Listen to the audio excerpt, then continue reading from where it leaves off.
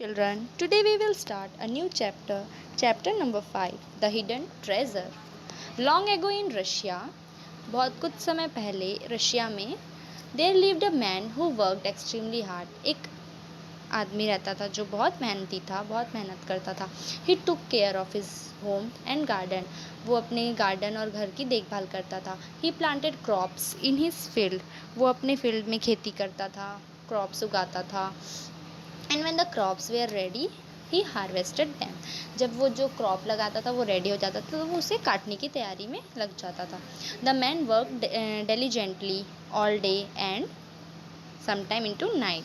वो जो आदमी था वो बहुत लगन से काम करता था, कभी कभी तो वो रात में भी काम कर लिया करता था. He had 3 sons. उसके 3 बेटे थे. They were tall and strong. वो बहुत लंबे बड़े और ताकतवर थे. But they were lazy. वो बहुत कामचोर थे. They refuse to work.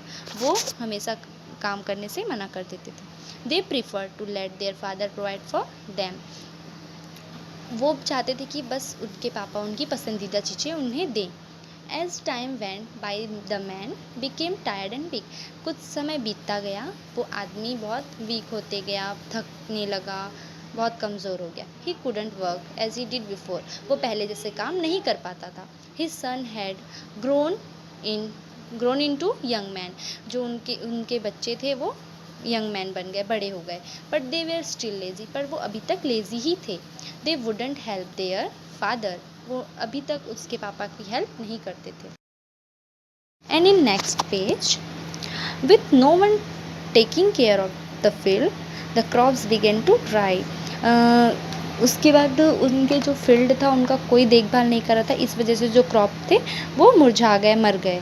Large weeds grew up in the garden and the house fell into disrepair. जो गार्डन था उसमें बहुत बड़े बड़े जंगली घास उग गए और जो घर था वो टूटने लगा. उसे रिपेयर कराने का नौबत आ गया. The man became weaker until finally he knew he was going to die.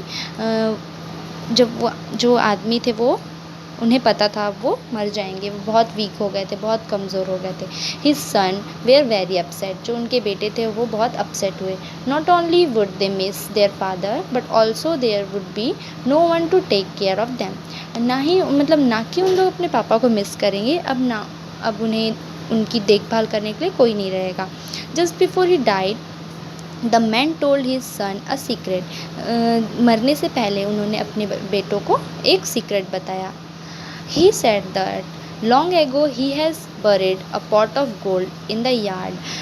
बहुत पहले उन्हें उनके यार्ड में एक गोल्ड पॉट मिला था. The sons thought if they found gold they would be rich. फिर उनके बच्चे ये सोचने लगे कि उन्हें जब वो गोल्ड मिल जाएगा तो ये बहुत रिच हो जाएंगे, बहुत अमीर हो जाएंगे. Each son took a shovel and began digging in the yard. एक एक जो उनके एक एक बेटे उन्होंने खोदने वाले सामान लिए और यार्ड में चले गए गड्ढा करने. They dug all day without stopping. वो उस दिन बिना रुके पूरा खोदते गए but they didn't find the gold. But उन्हें फिर भी गोल्ड नहीं मिला. They dug up all the weeds and the dead crops in the field. उन्होंने वो पूरे वीड्स और जो डेड क्रॉप्स थे उसे भी पूरा खोद दिया. Still they found only mud. फिर भी उन्हें मिट्टी ही मिली और कुछ नहीं मिला. The oldest brother looked at the mud and suggested they plant some vines. जो उनका बड़ा भाई था वो उसमें जो मड था उसमें देखा और सोचा कि हम इसमें कुछ वाइन्स प्लांट करते हैं. So the 3 brothers planted grape vines. फिर उन्होंने जो 3 ब्रदर थे उन्होंने ग्रेप्स उसमें प्लांट किया, अंगूर. Soon they had a whole vineyard of ripe grapes. उनके पास बहुत बड़ा यार्ड हो गया था, पूरी ग्रेप्स की खेती हो गई थी उनके पास. When the grapes were ready. जब ग्रेप्स रेडी हुआ तो उन्होंने सोचा. In next page, the son harvested them and sold them for money. फिर जो उनके बच्चों ने जो ग्रेप्स की खेती की थी उसमें से उन्होंने ग्रेप्स का काटना चालू किया, फिर उसे मनी लेकर बेचना चालू कर दिया। The oldest brother smiled and said, जो उनका बड़ा भाई था उसने स्माइल किया और बोला, I think we have found our father's secret treasure.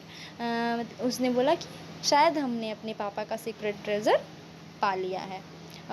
तो moral of the story is hard work is the key of gold mine. Hard work करेंगे तभी हमें सफलता मिलती है। ओके।